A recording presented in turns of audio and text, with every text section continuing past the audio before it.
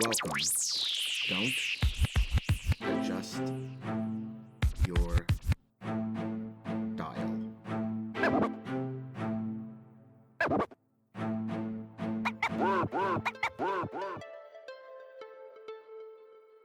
Welcome everyone to the Lofi Poli Sci podcast. I'm your host, Michael Pickering. That's right, Lo-Fi as in low fidelity, low quality, in your face, messy as can be, global news show. Here we're going to talk about that famous question, what's going on in the world today? It's season 2, episode 1, and time for that Lo-Fi Global News. Coming at you a bit fast-paced like Messy Monday, because there's simply so much going on in the world. The news, fresh off the press. Source, Reuters World News. We start in Belarus, to the west of Russia and east of Poland. Belarusian leader orders police to quash protest. EU prepares sanctions. It's been 10 days since the presidential election, where the 26-year running president continued his winning streak with 80% of the vote for the win. The opposition candidate fled the country for fear of her children. Protests have erupted. Over 7,000 arrested. Democracies across the globe appalled and considering sanctions. And now, President Lukashenko of Belarus says he's done playing nice. Really, Mr. President, we weren't aware that you ever played nice at all. We'll keep you updated as the situation continues to develop, Lo-Fi Nation. Next up, source, BBC News, World Section. Israel and UAE launched direct phone links after historic accord. During the weekend, the two countries brokered a deal to normalize relations, a strong departure from many countries in the region not recognizing Israel as a country. In the making of these new relations, Israel has agreed to suspend its plans to annex the West Bank. Notice the word suspend there. It'll be interesting to see if other countries follow this same move to normalize relations and create a possible new beginning for the region. We wait with great interest. Now, moving forward, because we never move on from anything, source, AP News International. UN crisis looms as U.S. readies demand for Iran sanctions.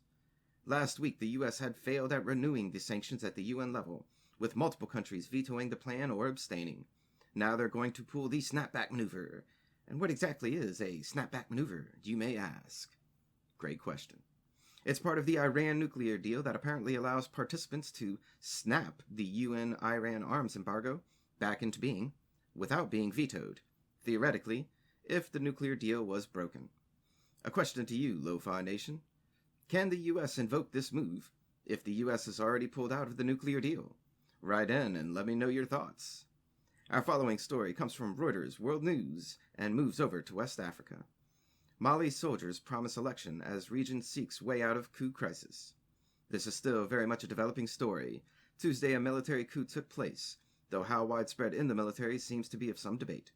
The point is that those who led the coup forced the president to dissolve parliament and then resign, leaving the entire government empty, so to speak. Now the coup leaders have promised via a TV broadcast to bring new elections to the country in a, and I use finger quotes here, reasonable time. I don't really like when coup leaders say such things. When this happened in Thailand, it took the military almost 5 years to bring those elections about. Keep your eyes on this one, Lo-Fi listeners. This story is just beginning. And a last piece of news to send you on your way for the day. Source, AP News, Science Section. Death Valley's brutal 130 degrees may be record if verified. Oh, now this is hot news indeed. In Death Valley, California, temperatures went up to 130. That's 54 degrees Celsius. Let's all hope it chills out for them soon. Records are cool, I suppose, but I'm not sure I'd want this one. Let's hope for a quick return to fall weather, so that everything may chill out, all over the world. As you go on about your day and things start to get heated or hot, or we're faced with indifference on the spot, let cool heads prevail, and let's chill to the next episode. And that's a brief snapshot of what's going on in the world today. Stay tuned for tomorrow's episode of Lofi Global News. Always remember that Lofi Poli Sci is more than just me. It's the we that we be. Write in with questions or comments to lofipolisci@planetmail.com. Thanks for listening. Stay safe. Wash those hands. And I'll see you on the next episode of the Lofi Poli Sci podcast. Pickering, signing off.